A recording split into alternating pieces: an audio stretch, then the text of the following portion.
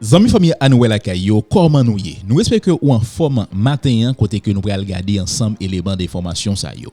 Premier ministre Gary Coney devant le monde entier réaffirmé de quartier en quartier, de ville en ville, il va reprendre contrôle sécurité pays. Dans gros réunion Conseil sécurité Nations Unies t'a fait hier que Haïti était dans quel débat ça yo. Mais avant que moi faire tant de déclarations complètes Premier ministre Gary Coney dans réunion, il y a deux gros bagailles qui passaient dans réunion ça.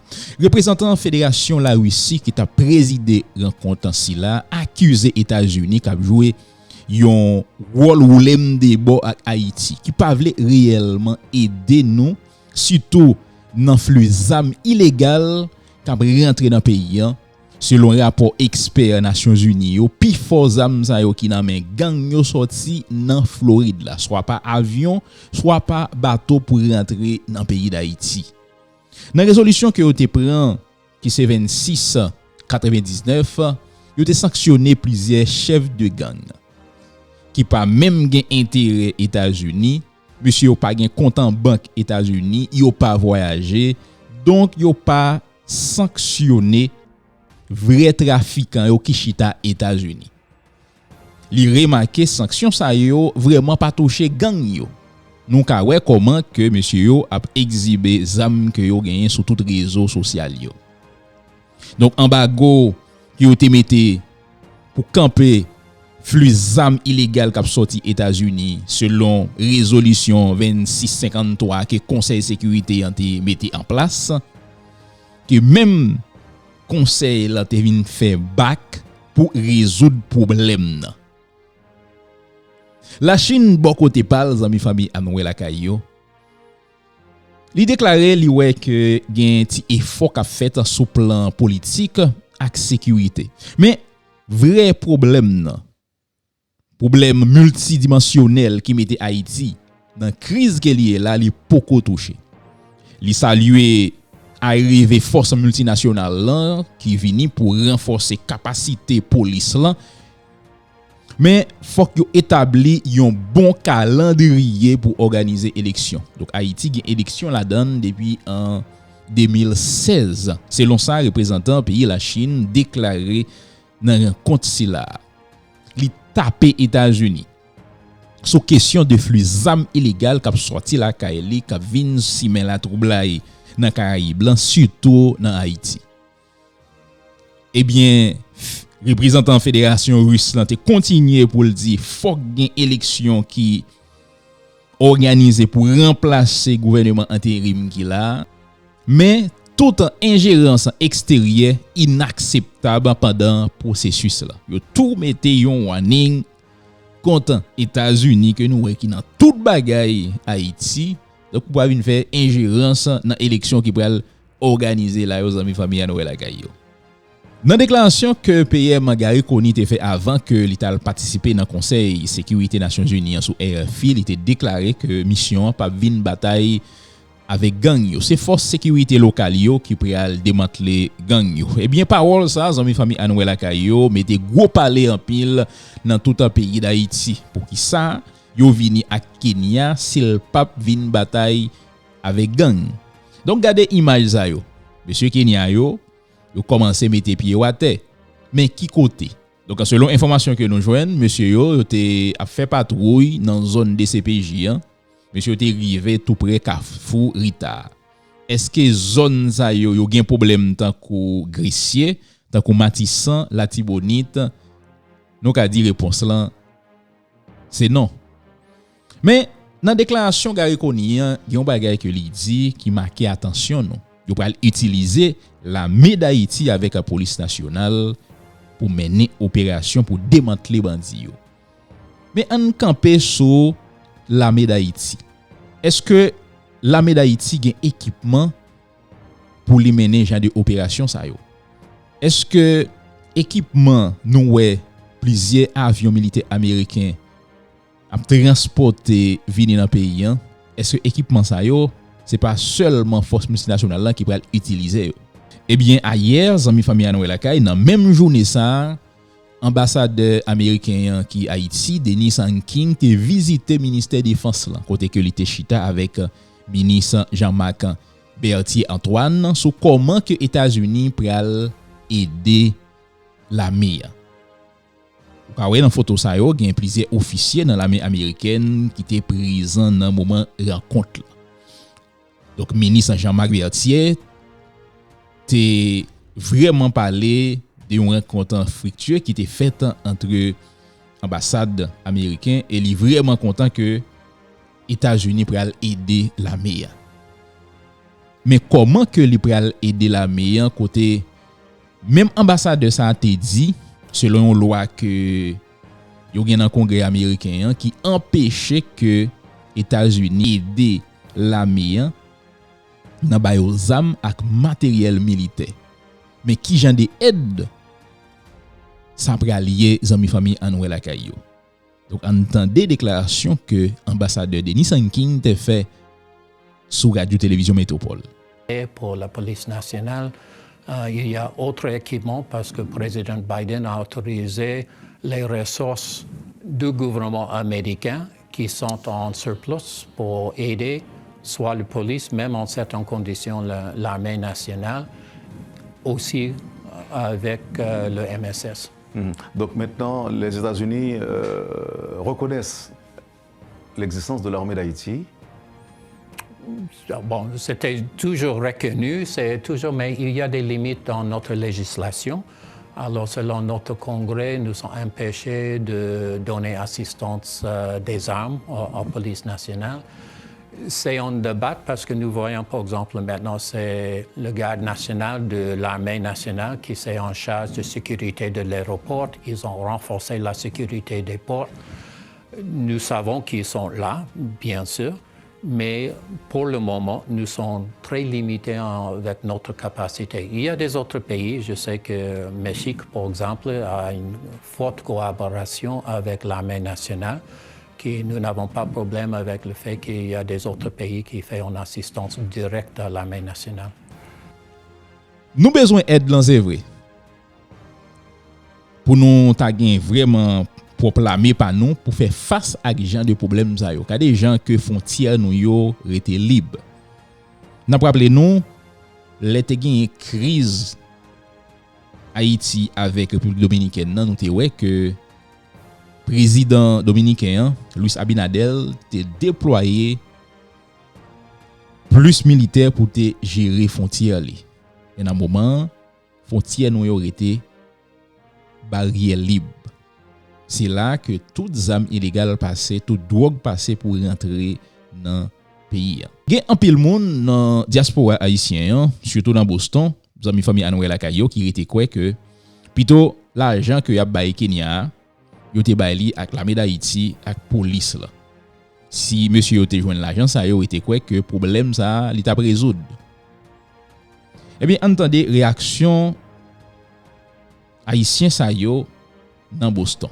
Depuis les premiers groupes 400 soldats kenyans ont débarqué dans le pays à mardi 25 juin qui s'est passé, pas suspend provoquer réaction dans mi-temps communauté haïtienne dans la diaspora.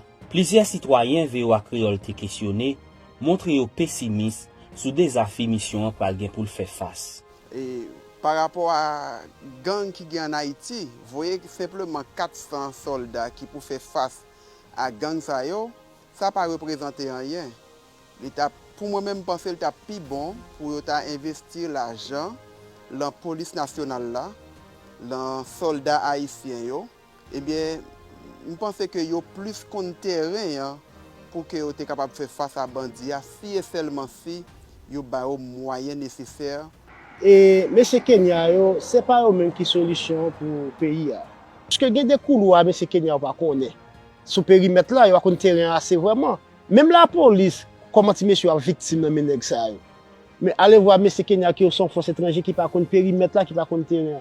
Mon cher mission il était doit avoir volonté pour résoudre le problème non, mais le vin rivé sous terrain, j'ai été pensé là nettement différent parce que autorité politique yo pas permettre nèg yo faire travail la vrai parce que gang yo li en faveur nèg yo. Citoyens fait connaître tout pour mission ça réussi, faut que chercher connaître qui moun ou bien qui secteur qui se bois des bananes gang yo.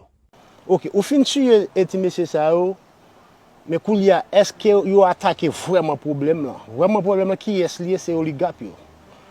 Oligarque yo c'est eux même qui gen contrôle ti monsieur, c'est eux même qui bet monsieur aux armes.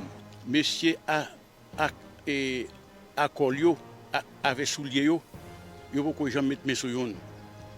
Yo pas jamais mettre mes sous yon. C'est à partir du moment là où tu as commencé à mettre mes sous monsieur à soulier yo pour arriver sous nèg avec sapatio jusqu'à ce que peut-être nous te gagner une activité cap mener vraiment parce que vraiment pays a une danger. Yourmi Janit pour VOA Creole. En tout cas, zami famille Noël Akayo, eh bien PM Gary Koni dit qu'il va reprendre contrôle sécurité pays. Même Jean a capil l'autre te dit ça déjà. C'est la différence que nous Gary Koni gagne. Peuple arrêté à distance à regarder Gary Koni. Yo bay Gary Koni quelques mois d'observation pour ouais qui ça que Gary Koni lui-même a fait. Est-ce que Gary Koni pas vinn bêtiser ou bien est-ce que Gary Koni a vinn poser action? Entendez déclaration que PM Gary Koni te fait dans rencontre Conseil sécurité Nations Unies. Et de sécurité, je commencerai évidemment par reconnaître la présence dans la salle du ministre des Affaires étrangères dominicain, M. Alvarez, de la représentante du Canada, de la représentante de Saint-Kitts et Nevis et évidemment du représentant de Kenya. Monsieur le Président, Madame la représentante spéciale du BINU, honorable membre du Conseil, c'est avec un sentiment profond de lourde responsabilité, un espoir renouvelé dans l'engagement d'Haïti à être actrice de son propre devenir que je partage avec vous aujourd'hui les aspirations des millions d'Haïtiens. En effet, malgré des années de lutte acharnée et de résilience inébranlable, notre peuple continue de se battre pour un avenir meilleur. Haïti, enraciné dans une histoire de courage et de liberté, est prête à tourner la page décisive de son histoire.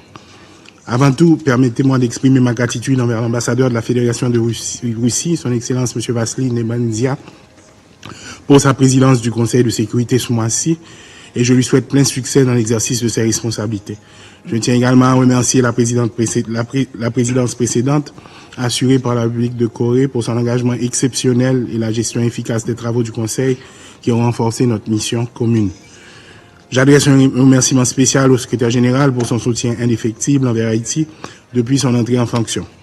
Son dévouement pour la cause d'Haïti et sa volonté à travailler à nos côtés pour surmonter nos défis reflètent l'esprit de solidarité nécessaire à notre progrès. Sa présence continue et son soutien sont une source d'inspiration et de confiance pour le peuple haïtien.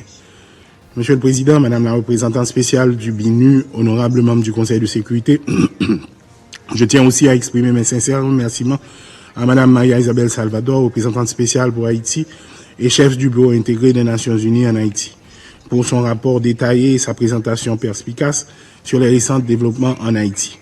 Madame la représentante, votre analyse approfondie et vos observations critiques offrent une importante note de compréhension des enjeux actuels.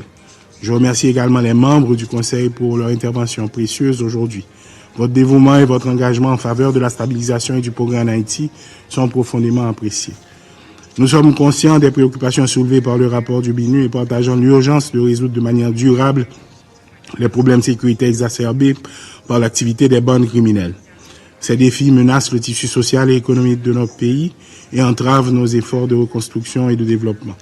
Le rapport souligne également les progrès dans la mise en place de structures de gouvernance transitoires qui sont vitales pour la stabilité politique et sociale d'Haïti. Nous encourageons donc le support du BINU dans l'appui du processus politique pendant ces périodes de turbulence politique. Ce rôle reste important pour réduire les tensions, préserver et multiplier les espaces de discussion, encourager le dialogue interhaïtien. L'établissement d'une collaboration solide et d'une coopération efficace entre les autorités nationales de la transition, la mission multinationale d'appui à la sécurité et le BINU demeure fondamentale et nous aidera dans notre mission de rétablissement de la sécurité et de restauration des institutions démocratiques qui sont des chantiers stratégiques de la transition. Monsieur le Président, Madame la représentante spéciale du BINU, honorable membre du Conseil de sécurité. La solidarité entre les peuples est rudement mise à l'épreuve par les conflits locaux, nationaux et internationaux. Près d'une trentaine de conflits majeurs affectent en ce moment des populations provoquant ainsi de graves crises humanitaires et de nombreux corps de personnes déplacées. Pourtant, c'est dans ces instants fort difficiles que la solidarité tient sa quintessence. Haïti, tout au long de son histoire, a parfaitement démontré cette solidarité agissante entre les peuples. Tantôt initiatrice et tantôt bénéficiaire, la nation haïtienne, dès sa genèse, a toujours fait de la solidarité internationale un des piliers de sa vision du monde et de son engagement. Aujourd'hui encore, Haïti appelle à cette solidarité pour sortir de la crise qui ronge depuis plusieurs décennies et réussir aussi sa transition dont la durée et la mission se veulent très limitées. Chaque jour doit être mis à profit intelligemment. Voilà pourquoi, depuis ma désignation en tant que chef de gouvernement, plusieurs séances de travail ont été tenues avec le Conseil présidentiel de transition, les institutions de lutte contre la corruption et l'impunité, les forces de l'ordre haïtiennes, le secteur privé des affaires, le Conseil électoral, les représentants des collectivités territoriales et évidemment les associations de la diaspora. Dans cette même perspective, plusieurs acteurs du gouvernement m'ont accompagné dans des rencontres stratégiques avec des bailleurs et opérateurs de l'international. Au vu des engagements qui s'annoncent, je joins ma voix à celle du peuple haïtien pour remercier ses partenaires techniques et financiers de leur accompagnement jusqu'ici pour l'avènement d'une Haïti meilleure. Plus que jamais, Haïti doit mobiliser toutes les ressources nécessaires et disponibles pour faire de cette transition la dernière et qu'elle puisse la placer sur la voie de la paix, de la sécurité et du développement durable. Ainsi, il est de notre devoir de construire des partenariats solides et sincères en vue de trouver les stratégies adaptées tenant compte des aspirations du peuple haïtien. Haïti se trouve à un moment critique où 12 000 individus armés tiennent en otage une population de 12 millions. À ce tournant décisif, aucun chantier, qu'il soit économique ou politique, ne peut être abordé sans la question sécuritaire. C'est d'ailleurs pourquoi mon gouvernement salue la mise en œuvre des engagements pris à travers la résolution 2699 relatif à la mission multinationale d'appui à la sécurité. Le déploiement du premier contingent des policiers aux côtés des forces de l'ordre haïtiennes devra contribuer à mettre un frein au barbarisme des groupes criminels.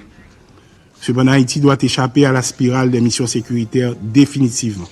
Pour ce faire, il faut redéfinir les approches pour qu'au terme de la MEAS, le pays dispose d'institutions fortes et efficientes pour que nos partenaires internationaux et nous autres éprouvions le sentiment du devoir accompli. Et pour gagner ce pari, mon gouvernement engagera une approche sécuritaire holistique et de proximité.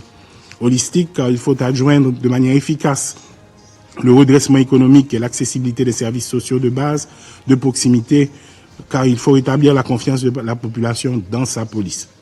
Dans ce contexte, la réforme de la police nationale deviendra un élément indispensable. Notre situation exceptionnelle d'insécurité nous commande une police de proximité capable de rétablir et de maintenir l'ordre public et la paix civile, non pas en misant exclusivement sur la répression, mais aussi en s'appuyant sur la prévention et l'accompagnement.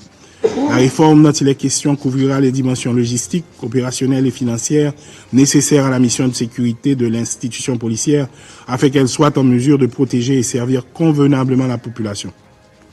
Nous entendons mettre ainsi le cap vers la réconciliation police-population.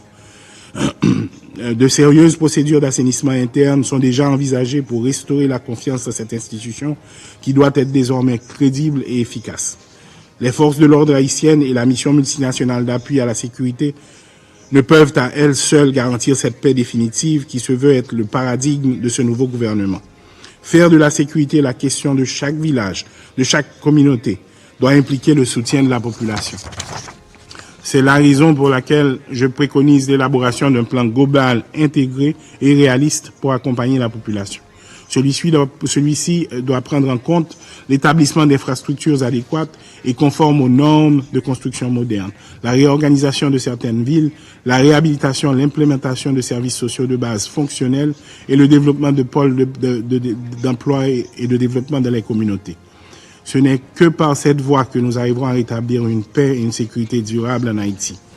Cette approche holistique, intégrée et réaliste, s'inspirant du courage et de la résilience du peuple haïtien, sera celle incarnée par ce nouveau leadership de la transition. Par conséquent, avec nos amis de l'international, il devient opportun de revisiter l'accompagnement accordé à Haïti. Cet accompagnement, qui est un devoir de solidarité entre les peuples, ne peut se limiter au contour des seules volontés de l'accompagnateur. Il doit faire de l'accompagné un acteur apte à appréhender les défis et à décider de son destin. Les difficultés auxquelles est confronté Haïti sont énormes, avec un taux d'inflation qui déplace les 27%, près de 50% d'emplois perdus, rien que dans le secteur textile, une insécurité alimentaire qui affecte 4,5 millions de personnes, sans compter les 600 000 déplacés internes et les 500 000 enfants déscolarisés. Le pays est en proie à une violence qui paralyse le fonctionnement de dizaines d'hôpitaux et de centres de santé. Des dizaines de commissariats et de centres d'incarcération ont été endommagés ou détruits. Des milliers de prisonniers sont en cavale. La liste pourrait être plus longue. Cependant, la volonté de travailler à la résolution de ces problèmes urgents, manifestée par les principales parties prenantes de l'accord du 13 avril, laisse transparaître l'espoir. La collaboration entre les différentes parties prenantes a créé une atmosphère de travail apaisée, permettre au Premier ministre, en accord avec le Conseil des présidents, d'arriver à constituer un nouveau gouvernement inclusif, réduire le train de vie de l'État, instituer des ministres délégués, nommer un nouveau directeur général de la police et accueillir le premier contingent de la mission multinationale. Cette gouvernance partagée entre des acteurs politiques, économiques et de la société civile, facilitée par les partenaires internationaux dont la CARICOM, qui n'a guère ménagé ses efforts à travers ses éminentes personnalités, démontre qu'il a été fait le choix le plus adapté au contexte explosif qui sévissait sur l'échiquier politique haïtien. Cependant, la méfiance, la fragilité et les tensions latentes qui sous-tendent la dynamique politique haïtienne ne doivent en aucun cas être sous-estimées. Nous sommes une jeune démocratie qui ne cesse de s'écarter depuis des années de la gouvernance démocratique. De ce fait, une alerte en permanence s'impose pour sauvegarder les rares acquis.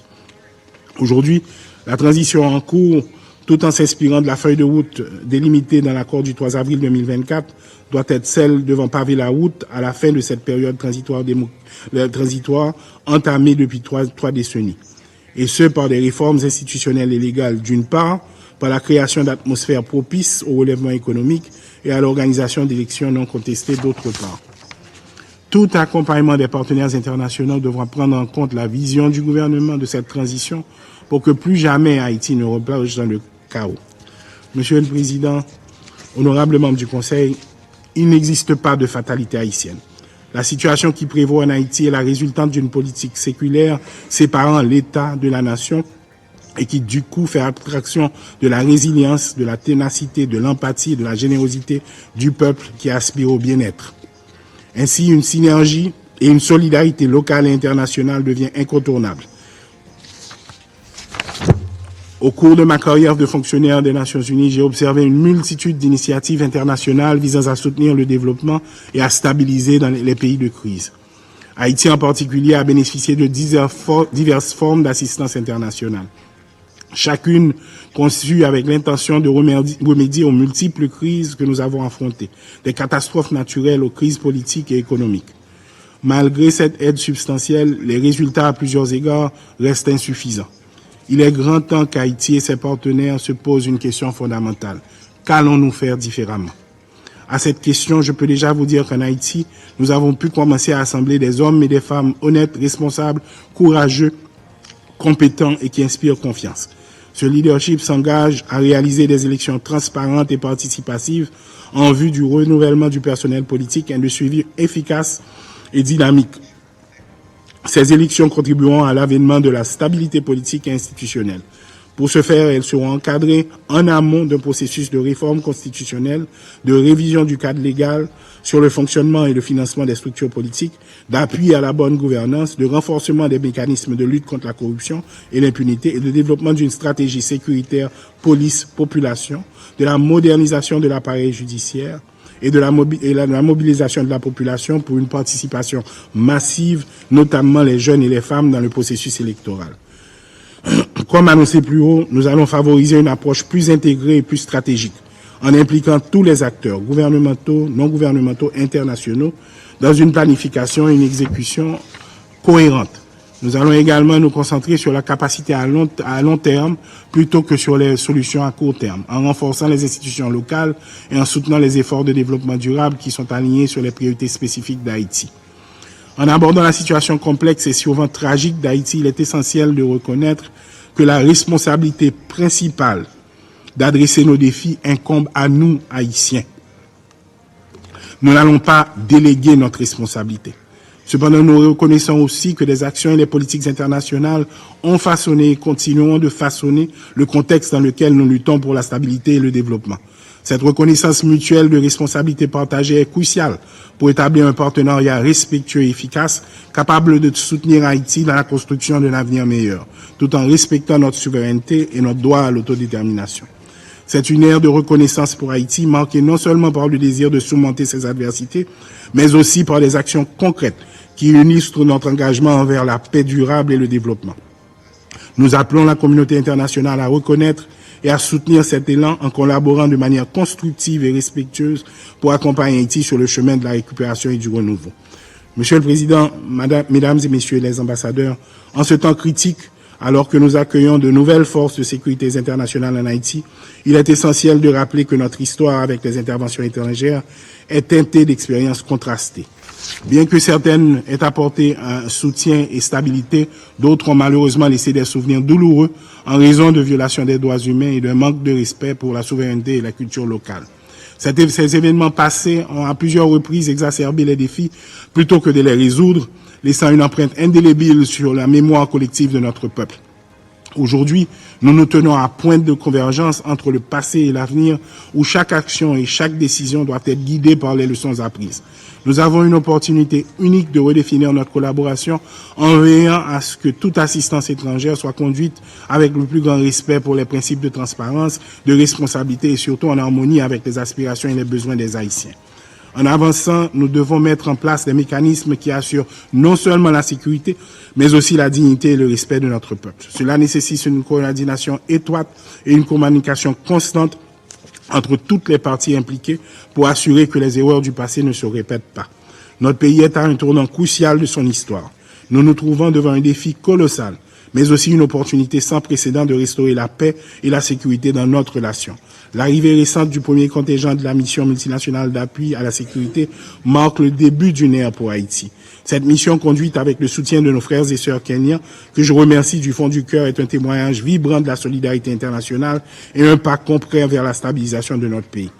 Nous allons reprendre le contrôle du territoire haïtien, maison par maison, quartier par quartier et ville par ville.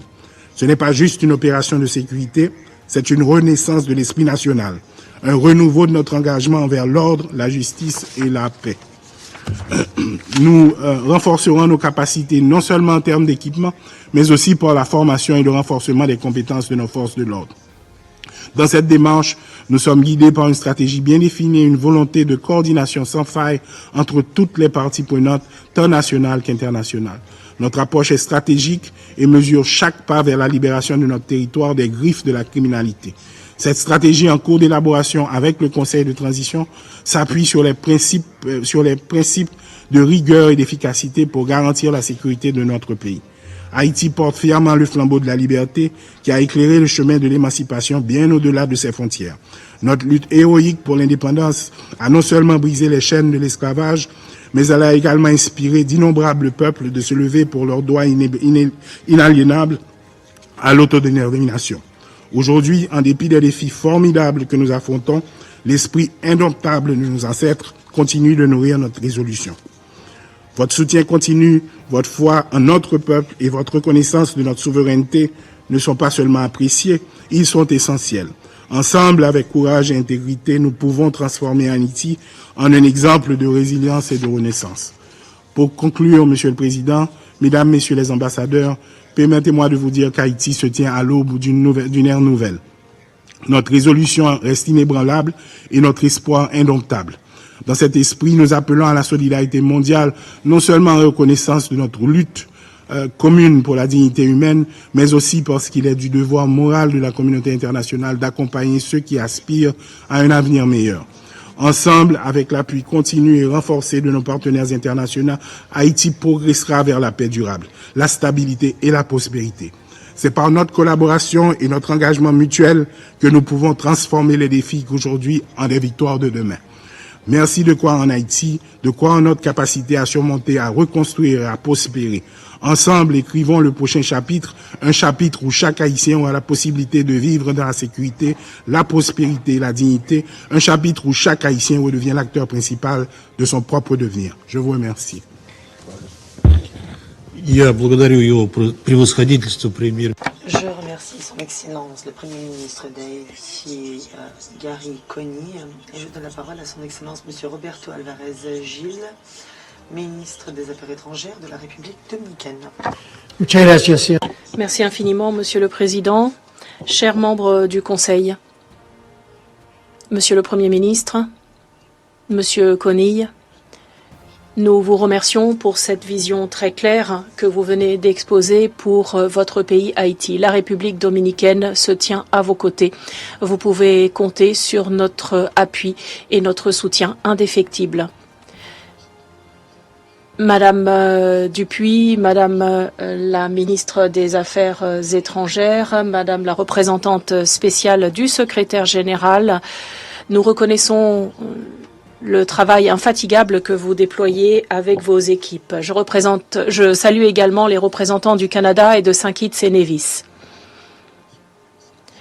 Ce n'est pas la première fois que je m'exprime devant cette auguste enceinte, mais depuis ma dernière participation, un conseil présidentiel de transition a vu le jour en Haïti et un Premier ministre ainsi qu'un cabinet ont été nommés.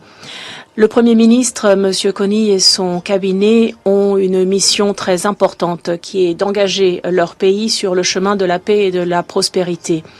Et d'ailleurs, dans sa première allocution à la classe politique haïtienne, il l'a dit très clairement.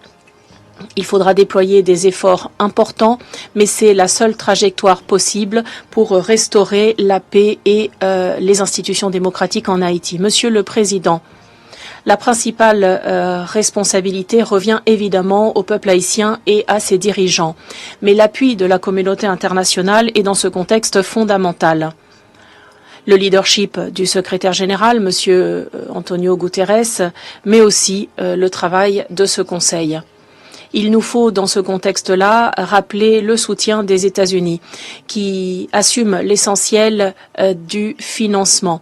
Que dire aussi du leadership du gouvernement kényan qui a accepté d'être à la tête de la mission multinationale d'appui à la sécurité. Je crois que dans ce contexte, il faut aussi mettre en exergue le travail infatigable de médiation de la CARICOM, dont les efforts diplomatiques ont été indispensables à la promotion du dialogue et de la réconciliation en Haïti.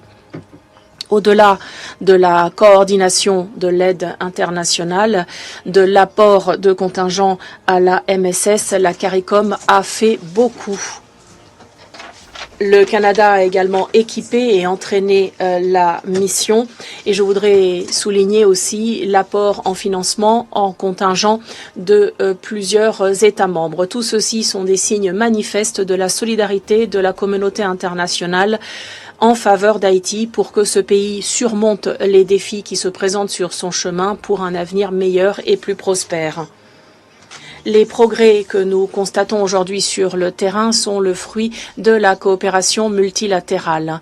Et c'est un démenti fort aux critiques à l'égard d'Haïti. Nous sommes sur le bon chemin, sur la bonne trajectoire. La République dominicaine, comme je l'ai dit au début de mon intervention, apportera une aide médicale au personnel de la MSS sur le territoire dominicain. Voilà notre contribution. Et je crois que ce sera essentiel pour le... Yon l'autre côté, zami famille Anouela Kayo, un ancien sénateur Moïse Jean-Charles qui a vili, côté que plusieurs photos ancien sénateur l'ont publié par François Duval. Côté ancien sénateur l'ont participé dans fête indépendance États-Unis. Nous connaissons que aujourd'hui c'est 4 juillet. Mais te gagné yon fête que ambassade États-Unis dans pays et Haïti t'est organisé avant 4 juillet. Eh bien ancien sénateur l'ont été présent, eh bien photo ça yo. Donc a commencé fait un pile parler sur réseau.